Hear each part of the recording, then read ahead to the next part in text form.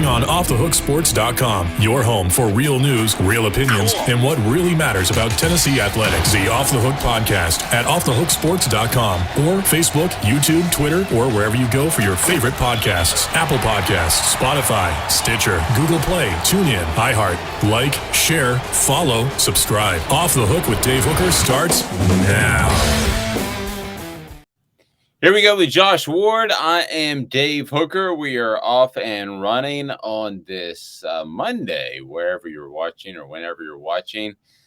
That's when we record. So we've got plenty to talk about from the weekend, brought to you by Zool Beer Company. Great panoramic views that are right downtown. You'll love Zool Beer Company. Please like and subscribe too. We appreciate those that did so over the weekend as the YouTube page continues to grow. So that is exciting. I tell you what's exciting is Josh Ward. How are you, sir? I'm good, Dave. We're getting closer to football. Very good. Yeah, Ryan Brown had with our friend that is with the Next Round Live, had some cryptic Facebook page that this is the last week that we don't have football this upcoming weekend. I guess he's assuming to the NFL preseason games, but it is getting here. I think this is the beginning of the last week with no football, so that's exciting. Yeah, NFL camps have already started opening up. So I'm guessing what he's talking about there, we're getting close to the Hall of Fame game, and then you have exhibition games. So, yeah, football's here. High school football will be starting soon, and college camps are about to open up. So most media days are behind us. Big Ten still has to go. But as far as I'm concerned, football is essentially here. Yep, and with media days over the weekend, I wanted to get to that. But sure enough, we have – I'm sure it was an accidental news dump on a Friday afternoon. Tennessee with a notice of allegations that happens right about 4 o'clock, I guess. It was a little earlier on Friday afternoon. But let's get to that because that is the topic of conversation, and then we'll talk more ball. But you have the notice of allegations that come down. There are two numbers, basically, 18 level 1 allegations, and then you have $60,000. So the way it strikes me, Josh, and I want to see the way it strikes you, 18 is a lot. That means widespread. 60,000 for however many prospects we're talking about is not a lot of money. That's how it struck me. How did it strike you? Yeah, about the same. That tells me they didn't find all the money, but man, Tennessee's former staff members were really lazy in covering up what they were doing. And when they were on campus, it was not that big of a secret what was going on. When Brian Niedermeyer was winning National Recruiter of the Year, there was talk of, well, there might be a way of how this is getting done. And it turns out that the reason that was floating around so easily is because they weren't covering tracks very well, according to all this information that's coming out. So the financial side, I don't think is a big deal. The way Tennessee has handled this appears to be good for the university. Dave, if you want to ask, you can. I'm not going to be able to give you a prediction of what this means in terms of what the NCAA will do because nobody ever knows what the NCAA is going to do. But in terms of handling this from a compliance standpoint, Tennessee has done very well. Now, did Tennessee do this in a very public manner to save money in the buyout with Jeremy Pruitt? I would say obviously yes, but Tennessee has already self-imposed penalties. I had a friend on Friday in a text thread say, $60,000, that's it? Ignore this. It's like, well, ignore what? They've already self-imposed penalties. So there's nothing to ignore. Tennessee's already self-imposed. They just will hope that that's enough, and time will tell with the NCAA if it is. Yeah, talk about the self-imposed penalties if you can for those that may have missed it.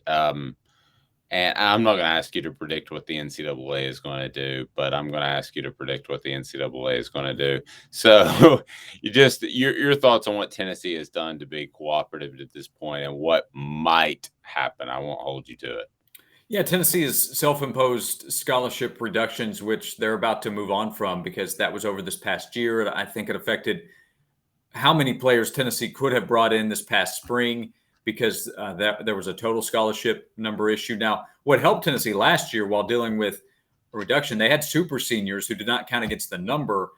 So, like when you hear the number Josh Heupel talks about, we're talking about Jeremy Pruitt. When Josh Heupel talks about the number of scholarship players they had last year, he doesn't include the super seniors because they didn't count against the number. They were on the roster, though. So a Matthew Butler and a Velus Jones coming back, guys that were serious impact players in the field, didn't count. So that helped Tennessee. So the timing actually was okay. What's the NCAA going to do? I don't know. If I had to guess, which it's 100% guess, my guess is that they would maybe add something else on there, but that's all that it is. It has to be good for Tennessee that in the notice of allegations, the NCAA acknowledges what Tennessee has done and kind of props Tennessee up as the standard of how you should comply. So if you're trying to hold out hope that nothing else happens, that's what you obviously point to. But Dave, I'm telling you, nobody ever knows. So anytime somebody tries to tell you what's going to happen with the NCAA, it's a total guess. The 18 level 1 violations is not something to just ignore. I think people want to look at the money first, and that's not a significant amount. It's not nothing, I guess, but I don't know how much the NCAA would have cared 60,000 versus 200,000, maybe some. The level 1 violations, the number of them is the big deal. The fact that all those people that are there are now gone, that should help Tennessee. I would agree. That definitely helps Tennessee. I want to remind you to go to Zool Beer Company. Zool Beer Company, they've got the great panoramic views and the fantastic award-winning craft beers that are right there at Zool Beer Company. Go to zoolbeercompany.com. And Josh, I look back at Phillip Fulmer's legacy, and he's going to be remembered ultimately for the 98 national championship season. There's no question about that. But yeah, as kind of the drop down, the next graph to when you write his Wikipedia file, I mean, this has to be mentioned. This has to be a hire that he made that ended up embarrassing the university. What are your thoughts on Phillip Fulmer's level of blame in this whole thing? Well, in terms of Jeremy Pruitt in that 3-year span, I mean, Phillip Fulmer made the hire. He came back as the athletic director, and the hire ended up being a disaster for the program. So, when you look at leaders, people that are in charge, are you responsible for it or not? So I would say yes to that aspect. For the legacy, honestly, Dave, I don't think it's going to play that big of a role. I think it's going to be more of what happens next. And I think Tennessee fans like Josh Heupel a lot. And if he doesn't succeed, then the blame is going to go to Donnie Plowman and Danny White. And we will have moved on in that conversation. So you had the Mike Hamilton era, Dave Hart, John Curry, Phillip Fulmer. If this one doesn't work out, I don't think people are going to be coming back to Phillip Fulmer. I think people are going to be saying, what's going on at the University of Tennessee? Why can't we get it right? So it's definitely on the bio. And if you want to talk about responsibility, I mean, the people in charge are supposed to be responsible, right? So it obviously was, it was probably the worst hire they could have made in hiring Jeremy Pruitt at that time. That includes the candidates that John Curry went after and the other candidates that Phillip Fulmer considered. I mean, Mel Tucker was a finalist. How good of a hire would he have been compared to Jeremy Pruitt? But in the legacy conversation, I honestly don't think that it's going to play much of a role at all. The reason I agree with you so strongly is because I almost felt like, listen, Phillip Fulmer looks out for himself. He loves the University of Tennessee, but he loves Phillip Fulmer just a little bit more. And that's understandable. We all have our own motivations. But it felt like he was asked to help. Now, I'm sure he wanted more power. Don't get me wrong. But it did feel like he stepped in at a time. He could have had Mel Tucker, you're right. But it felt like he stepped in at a time that the university needed him, and it wasn't a very easy job to take over because of all that had preceded it. Yeah, I agree with that. It was a terrible time to take over. Now, what role did Phillip Fulmer play in Tennessee believing he needed to be the guy to come in? I mean, that would be an important part of the discussion to try to figure out. It's just that the hire was so bad. I mean, you could have hired essentially any other candidate that you could have come up with, and the person probably would have done less damage than Jeremy Pruitt ended up trying to do. I don't know.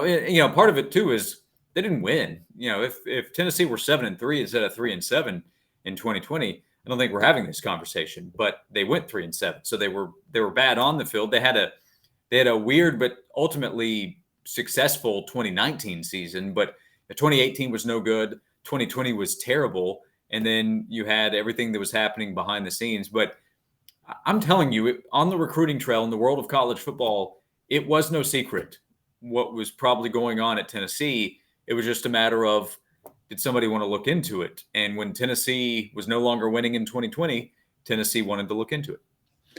Well, and yes, it was no secret. The good news is that there weren't McDonald's bags actually full of cash, according to the report I read. It was long, it's 51 pages. Unless I missed something, Josh, at least they weren't stuffing money in McDonald's bags. We've got that.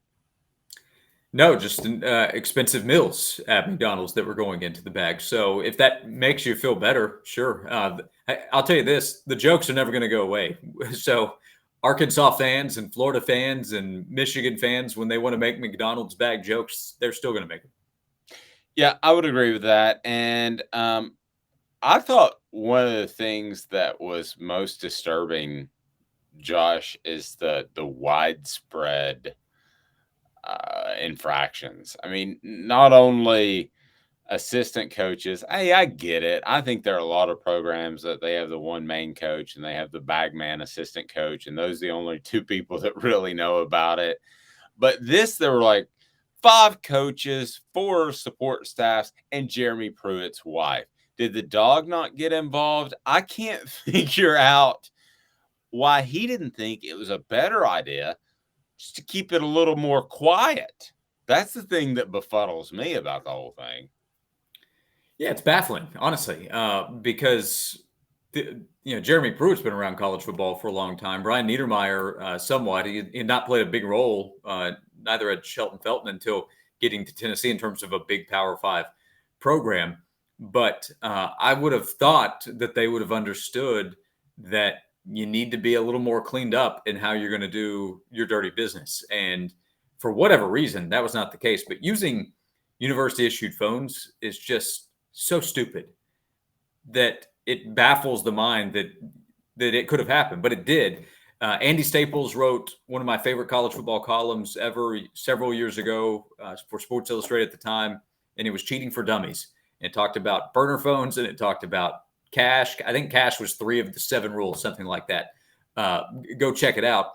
And you know who should have checked it out? Jeremy Pruitt and his staff members, because it wasn't that they're cheating. I'm not trying to condone that type of behavior, but that's how it works in college football. That's just the reality. Like it or not, it's perfectly fine to not like it. Cheating happens. It happens at a bunch of schools in the SEC, maybe all of them. But the other coaches at the other schools that are doing it are not stupid enough to make it easy to track. Well, I shopped for a burner phone recently, and it's not because I'm Hugh Freeze. It's because I wanted a third camera when we were broadcasting from SEC Media Days. They're only about $39 a month, Josh. I mean, to not insure yourself for $39 a month is, I'm sorry, that passes the I'm just cheating to I'm just stupid category. Yeah, I mean, it would come across that way. And honestly, I am surprised. Like, Jeremy Pruitt, we can make the asparagus jokes and all that. He had been at Florida State. He had been at Alabama for a long time. And for him to be at charge at Tennessee, like he knew they needed to get the big time recruits. Well, he also knew how they needed to get the big time recruits. But to just allow it to be so blatant and so obvious is unexplainable. It really is. And if you're a part of the investigation, you're looking into this. If Tennessee's trying to get out of the buyout, they have to be super thankful that Jeremy Pruitt made it so easy for them to just lay so much out there for the NCAA, as they also try to avoid paying close to $13 million in a buyout. So I'm not going to pretend to know how all of that will play out legally if Jeremy Pruitt ultimately does try to get some money. I mean, he's been trying. But if Tennessee is planning to not pay a dime, Jeremy Pruitt did everything he could to help them not have to pay. The ultimate interview in all this is that lawyer that threatened everything right before Halloween. That's the guy you want to sit down with. And if you could give truth serum, just talk to him, because, boy, he came across strong. And I was wrong, Josh. I said, just pay Jeremy Pruitt and move on, because this lawyer probably does have more info. I didn't know that the NCAA already apparently had everything. I don't know what this guy's doing now, but McDonald's is hiring. Yeah, well, so to that aspect, I still think it's debatable whether Tennessee should have just negotiated a buyout and moved along, because Okay. what Tennessee did to self-impose and cooperate with the NCAA, they didn't have to do it so publicly. That can happen privately. They're not required to hold a press conference to announce all of it. So, True. ultimately the notice of allegations come out. I know that, but I do still wonder how much was recruiting in the 22 class affected by everything that was hanging over Tennessee's program from an NCAA standpoint. And part of that was being so public and not knowing what was going to happen with Jeremy Pruitt. Could you have done things more privately while still being cooperative, if you want to, with the NCAA? Yeah, I think that's debatable. So I'm not saying Tennessee was wrong in how it handled, but I do think that there was a different way that might have helped Tennessee on the recruiting drive. If I want true serum, I want it from Josh Heupel. I want him to tell us how much did the way everything went in 2021 affect what they were trying to do on the recruiting trail for the 22 class. It's worked out for Heupel too, Josh, but it brings up the point that I talked to people in coaching circles, and I said, what do you think about this Heupel hire? And everybody was lukewarm. They thought it might work. Now, it has worked, but they thought it might work, but they didn't know for sure. I want to go back to the Phillip Fulmer thing, because I'm trying hard to defend him to some extent, just because I think he meant so much for the university, and I understand that he looks out for Phillip first. But I go back, and how much were his hands tied and the university's hands tied, or not his hands, but the university's hands tied, because of the hire he made beforehand and the NCAA issues that were out there. People weren't crazy about the Heupel hire when it happened. It's worked out, but I don't think Tennessee, as you go back to that latest hiring cycle, had a whole lot of options. When hiring Josh Heupel? Yes, I'm sorry. It's a confusing question. I apologize. Yeah. No, that's for sure the case. I mean, Tennessee reportedly went strong after Tony Elliott, who was the offense coordinator at Clemson. He didn't even have the head coaching gig. And he said, I'm good where I am. And a year later, he's willing to take the Virginia job. So that tells you, I think, something right there. And then when Josh Heupel's hired, remember, it was not easy to find a defensive coordinator. He went after Al Washington at Ohio State and said, I'm good being a linebackers coach. Instead, hired Tim Banks, who, I think was a good hire. He's in a tough spot as the defensive coordinator at Tennessee, but no doubt the program was unattractive to a lot of coaches, and it had it had a lot of baggage that was coming with it because it had that NCAA cloud over it, and it had experienced so much change in the athletic director position. Now, what's worked out is Tennessee, to replace Phillip Fulmer, went out and got Danny White. I don't know where he ranks among athletic directors in the country, but I know he is extremely respected among his peers, and I think for good reason. And he knew that, hey, we can at least bring in Josh Heupel, who's going to coach the offense really well. He's a guy that's going to be a good representative in that position, and we need an adult in that spot after Jeremy Pruitt was the head coach for 3 years at Tennessee. And that has definitely worked out. Is Josh Heupel going to win championships? Is he going to recruit at that level? Because recruiting has improved. Time will tell. But Tennessee is without a doubt in a much better position on the field, behind the scenes, and publicly than it was 18 months ago. So in a weird way, things can work out for Tennessee. Think about basketball. When Conzo Martin left, Tennessee hired Donnie Tyndall. That did not work out. He was only here for a year. But the timing ended up leaving Tennessee with Rick Barnes as the head coach, because a year later he's out at Texas. He's looking for a new spot. He comes to Tennessee, and it's worked out very favorably for the Vols. And maybe the same can work out for Tennessee on the football side, that things didn't go well. And Jeremy Pruitt was not a good hire at all, but the timing led to bringing in a good AD and Danny White, and what looks to be a good head coach and a good representative for Tennessee and Josh Heupel. Josh Ward of the Sports Animal joins us every week, brought to you by Zool Beer Company. Again, ZoolBeer.com, the great panoramic views right downtown, and the tasty craft beer that wins awards all over the world. That's ZoolBeer.com downtown. So, Josh, thank you, sir. You can listen to him on the Sports Animal. He is awesome. I'm Dave Hooker. This is a production of Off the Hook Sports.